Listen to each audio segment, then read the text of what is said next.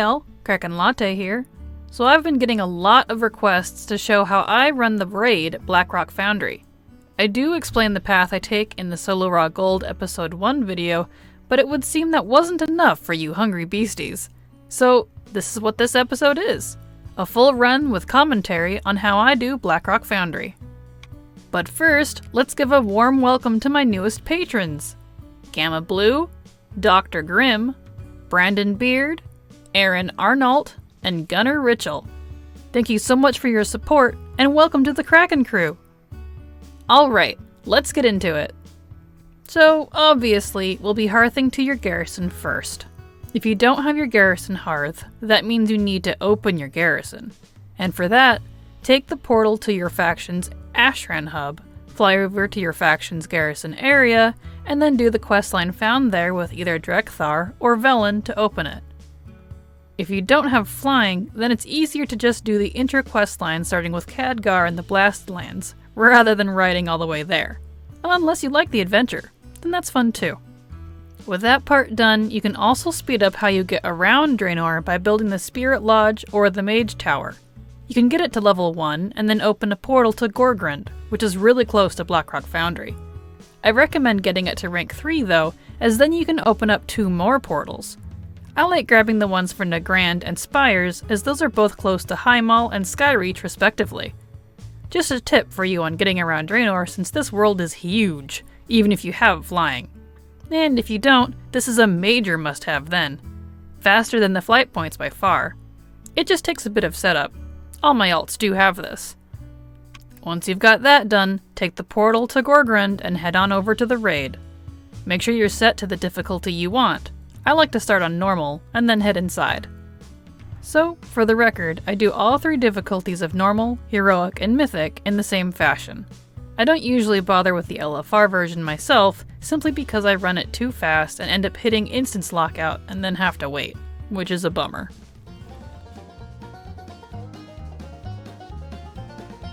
So, the first wing I head up is the wing with Darmak, Thogar, and the Iron Maidens.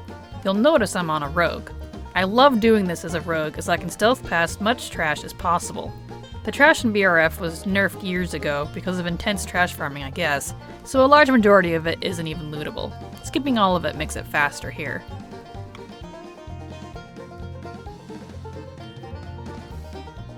Once we've hit Darmak, you'll want to nail him as fast as you can.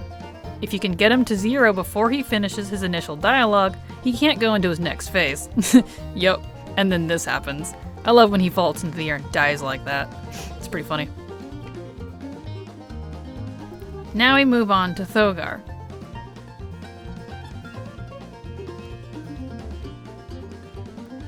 The trash in this room here has to be dealt with to open the gate. And the best part though, is the second train that brought the bugged out NPCs actually got removed, so that shaved a couple minutes off the whole run. And no more buggy orcs, so that's super nice. I'm impressed they didn't feel the need to nerf the raid while they were in there though. That happens with some raw gold sometimes when glitches need to be fixed. They just kinda, remove the gold while they're at it. Thanks guys.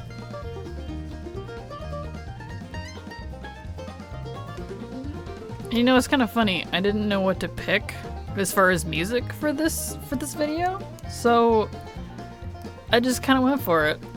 I'm not usually a bluegrassy person, but just so you guys know, how I pick music is I'll look through a list and just listen to it, and then go, yep, that one. Like, if I feel like it. Just whatever my mood is. And this one came on, this bluegrassy type song, and I pretty much snorted my coffee because, I don't know, just the thought of doing Blackrock Foundry to some epic bluegrass. I don't know, it's just funny to me, so I hope you're enjoying that because I got a kick out of it. No pun intended, because rogue. Anyway. Nothing special to note about Thogar, just wreck him quick. The trains won't KO you anymore, so you don't have to worry about moving if you take too long. Remember how fun the trains used to be back in the day, for those of you who played during WoD? Oh boy. Now we head over to the Iron Maidens. Don't forget to snag this little chest here. It's lootable once per week per character. A little extra ore never hurts. Just like Thogar's room, all the trash here has to be taken out to get to the Maidens to spawn, including these guys on the sides. These guys used to suck back when this was current. Like, pulling the whole room was just, or even just this entire portion right here, it was just a death mob. Just a death ball of doom, because they would buff each other and like triple their frickin' health. It was, good times. I raided during WoD if you couldn't tell. Good times, good times. Good raid actually. Once the 3 are out, make sure to take out the Admiral first. You don't have to worry much if you DPS them all fast, but if you're a bit weak, focus on her to at least 20%. She'll try to hop onto her ship if you don't, and you could reset the bosses. The resetting part isn't so much of an issue as it used to be, because of the higher gear now. You might not have an issue, but, you know, I thought I'd give you the warning anyways, because it can happen. Put them down, slide over here to get out. Make sure to move close to the shrooms for a little brief speed boost. It's like a Mario game. More shrooms, right? You know, don't take that out of context. Or do take it out of context. I don't care. I mean, these are good shrooms. Some mushrooms are good, right? I like mushrooms. Do you like mushrooms? I like mushrooms. I think they taste good. The good kind, not the kind that can kill you. Or make you high, to clarify. Now once you jump down, don't take that elevator. Head on into Hans and Franz, and now we're doing that wing. This first part is kinda slow since you have to wait for the mobs to come out, so I don't know, dance or something.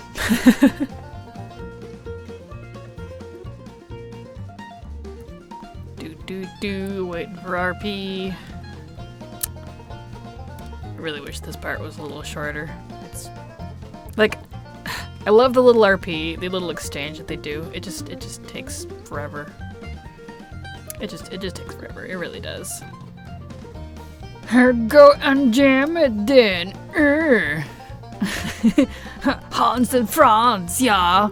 Got to pump you up. I love these guys. Like, if you haven't turned the dialogue on, at least give it at least one listen. It's fabulous. They're based off the Hans and Franz bodybuilders from like, I don't know, 80s, 90s? Look it up. You'll see what I mean. Like with some of the other bosses, try to nail these guys fast. Put some dots on them if you have any, if you feel your DPS is low. These guys will both jump up and sometimes won't come back down and then just reset. It doesn't happen very often, but it's a bit frustrating when it does. With them down, now we just slide on down to the flame bender. All this trash here on the way to her doesn't have to die. Some of these are lootable, but most of them aren't, so it really isn't worth my time. I love this next area, it's super cool. The conveyor belts. I don't know. Why doesn't the Horde, like, use this? Not like the Iron Horde, but like the Horde. Like, you know how much cooler I feel like the Horde could be if they got into this sort of epic stuff? I don't know, I love factories. Just wreck her and then move on to Kromog.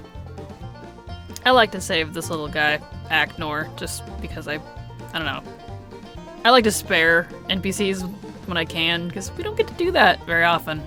As heroes of Azeroth, we're not really heroes, we're kind of just like horrible murderers if you really think about it. We just go on mass genocides for no reason sometimes. I don't know. Self-identity crisis maybe. Who knows?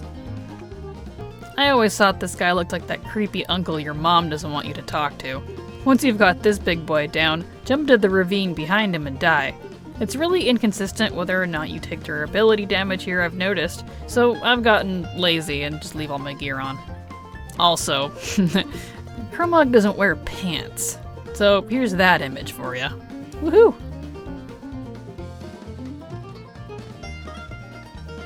And when you release, you'll be back at the start. Dying anywhere in this instance will put you here, unlike most raids, which is super, super nice. So, on to the last wing. Now obviously, like I said, I'm a rogue, but you don't have to be a rogue to do this. You can do this with any class. I just like doing these with rogues because I can stealth past stuff. Makes it a wee bit faster, and you don't have to kill anything. Not that they're hard to kill.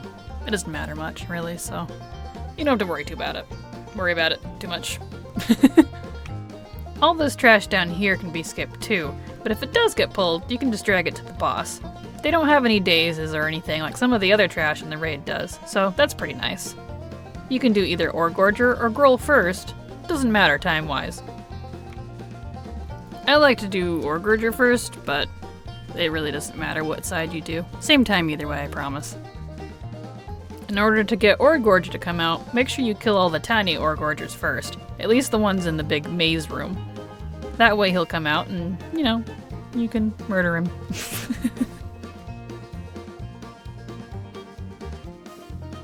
There we go with our murdering again. You know, since we've got a span of space here where I don't really give any instructions, like, I've always wondered, are we the bad guys? Like, the Murlocs? Maybe the Murlocs wouldn't be so evil if we didn't go kill all their children all the time. Well, I guess we don't really kill the children, we kidnap the children and kill all the parents. We kind of do that a lot. Like, if you really pay attention when you quest, I don't know, maybe it's because I quest a lot. A lot of you folks probably dungeon when you level, but when I level, I quest, if you didn't already know that.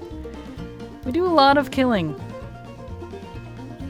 Not that I have a problem with it, it's just an observation. Maybe some of these, I don't know, less evolved or whatever races, younger races, I guess, wouldn't hate us so much if we didn't myrtleize them. I don't know. I'm not a pacifist, don't worry. I love me some good bloodshed, so that's not what I'm saying. It's just, I don't know, random thoughts, right? Now once you've downed both these guys here, let's pause for a second. The last two bosses are Blast Furnace and Blackhand. My question for you is, how many alts do you have? Do you plan to run a lot of them through this raid? Here's why I ask. Doing those last two bosses can take up to another 10 minutes, depending on how good you are at dealing with the Blast Furnace boss. But if you don't do them, you'll miss out on up to 2,500 gold total. But here's my reasoning. If you don't have a lot of alts, do those bosses. If you're like me and plan to do just this raid, then you can afford to skip them. I have over 50 max level toons, all capable of running this raid with no hindrance. Since this raid is the best in terms of gold gained and time spent for me, I just focus on running this raid when I want raw gold. I don't have to do the other raids I've talked about before in my gold videos unless I want to, as I have enough characters to make up for it. How many alts that makes it worth skipping for you is up to you. I'll let you be the judge of that because I can't know your schedule. So if you're skipping the last two, simply use the self-kill macro here, run out, and change the difficulty. Do the exact same procedure on the other two versions you didn't do, then move on to your next alt. And for those of you who are staying to finish the last two, let's continue. It certainly feels like there's a lot of running, like a lot of open space in this raid. And I guess there is, but if you really compare it to like other raids, this is a pretty compact raid, actually. Like, you can kind of pick whatever direction you want, and I don't know, a lot of back and forth. I guess I'm just looking at it this way because I'm, like, watching this over and over during editing to make sure I'm lining up everything properly, and it's longer than it is. I mean, the whole run itself only took me like 8 minutes, you know, just for the normal wing.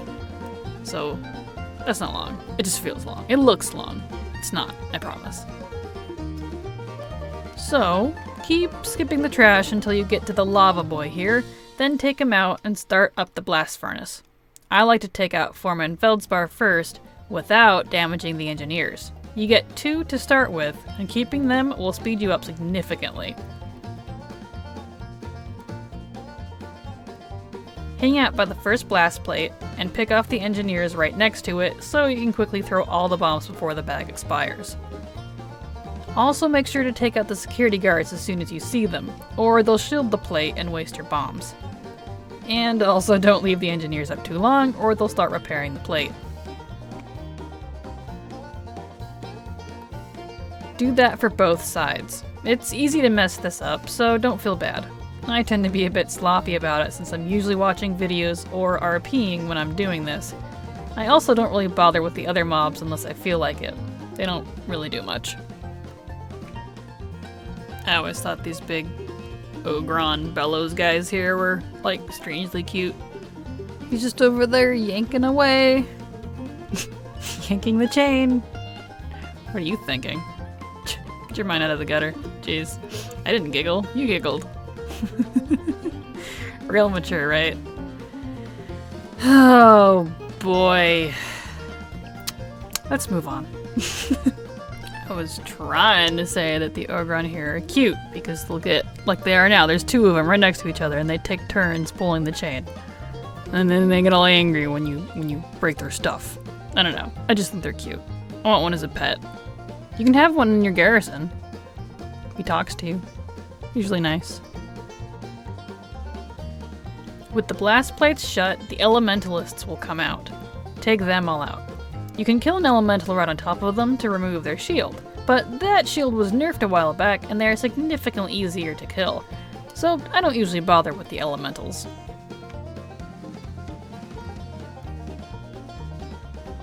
And once you have all of them down, wait for the big goo boy to come out and blabber, and then you can take him down too. The fire here doesn't hurt as much, so you can stand in it. Funny how something like fire will scale with levels. Once he's dead, get your loot, and then use the self-kill macro here.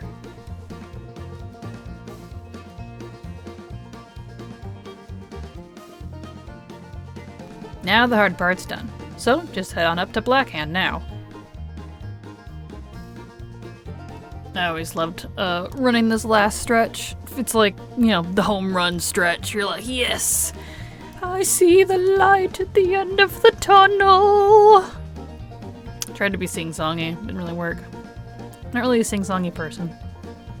Just kind of funny, if you think about it. Anyway, you can still skip all the trash, except for this flame lady here. She has to die. Like, seemingly everybody else in this game. Who haven't we killed by this point, honestly?